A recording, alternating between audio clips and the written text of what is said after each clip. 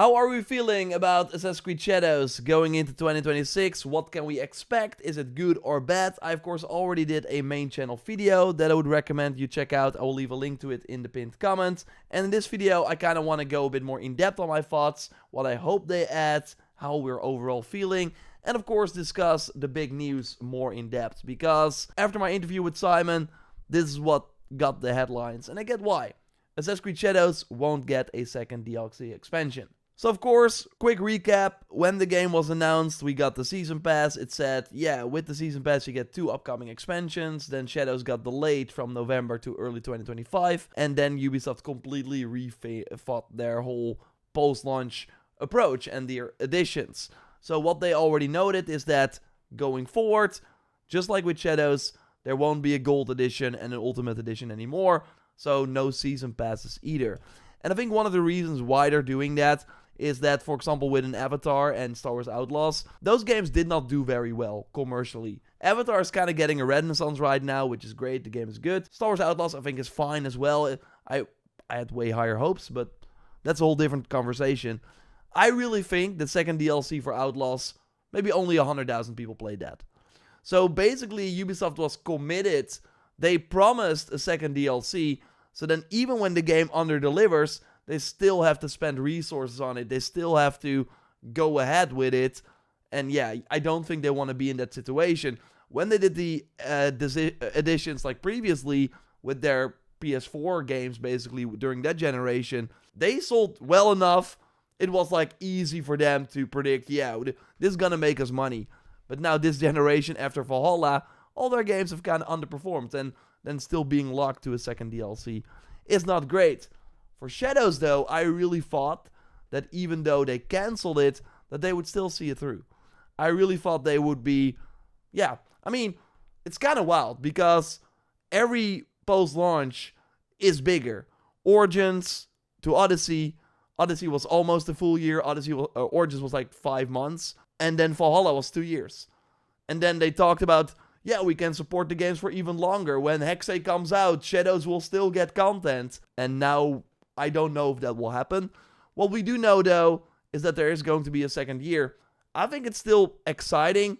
But yeah, I get why an Awaji is the most exciting drop that we get. And I really think if Shadows was popular enough, if it was successful enough, they probably would have been like, yeah, let's do a second DLC. We think we can sell it. I mean, we even got a third DLC that was like $40 for Valhalla. And that is because that game was like the most successful Assassin's Creed game ever. But for Shadows, like, I think it's kind of hard. Is it really because their strategy and they're like, yeah, I mean, if you also look at the other kind of games, you see that a free post-launch plan is kind of the way forward.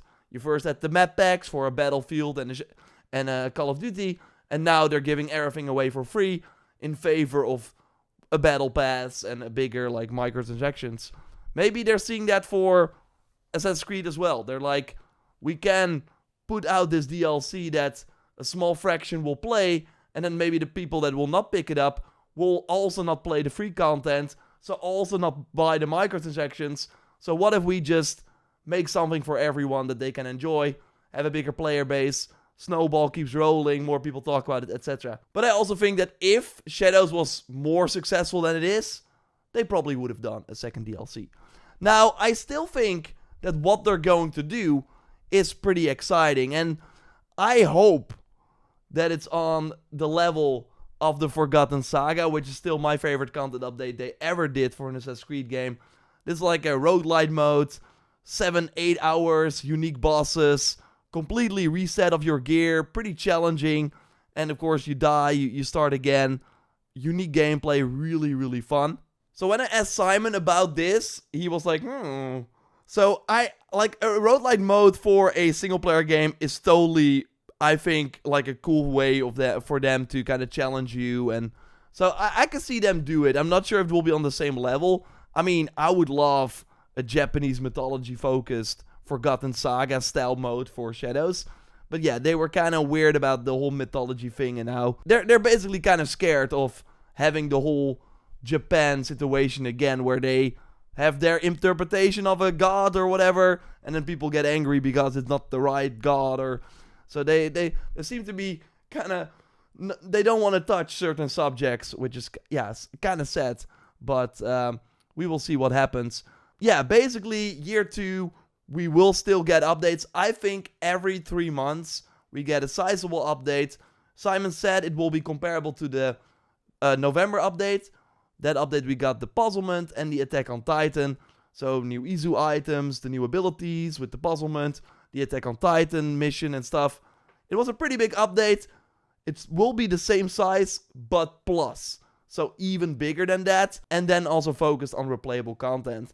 So this could either be bringing back bosses and remixing them. So maybe we go to the arena and then fight bosses in like 2 bosses together, and then they have similar abilities to the Rift boss, the final Rift boss we had in the December update, where it was like a regular Templar enemy, but now he's doing AoE attack. So you're kind of like, what the heck can I expect? I thought it was a fun fight. I want to see more of that. So that could be pretty cool.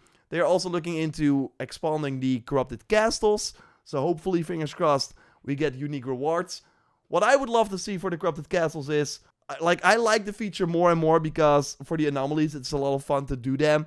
Going back to a castle and actually having the die show that are a bit different, I think is great. What I would love is, okay, you kill the die show in the castle. You can like take the chest, get out if you want, but you can also, new challenge has spawned. So you kill the 3 die show or how many there are, and then after doing that, a new maybe boss from the main story, but like in animus form, spawns in, and then you can take them out as well. Kill them, you get a new currency. In your hideout, you got a new guy. Oh, I'm gonna ghost in the corrupted castles, help me. You help him, you use the currency to go to that NPC, and you buy very unique items you can only get there. So then, if you just want to do the corrupted castles like they are in the game right now, get the chest, get out, get the gold, get the epic, get the XP. But if you want the unique rewards, you also go and fight that boss that has spawned. So yeah, I think it's pretty good that they are, again, I think every 3 months, wave the flag, yo, come back to Shadows, go play something fun. There will be many games coming out in 2026. So having maybe in February, May, August, like a cool update or whatever, I think it's gonna be great. And of course, we know about one thing that will be happening that will be very big. Because in May 2025, we learned from Tom Henderson that sources tell me that Shadow's upcoming co-op mode, currently codenamed League, is still in development and intended to release sometime next year. So that would be 2026. Previously, I had presumed that the co-op mode will allow you to play as Naoe and Yasuke to fight side by side. However, I'm told that this is not entirely accurate.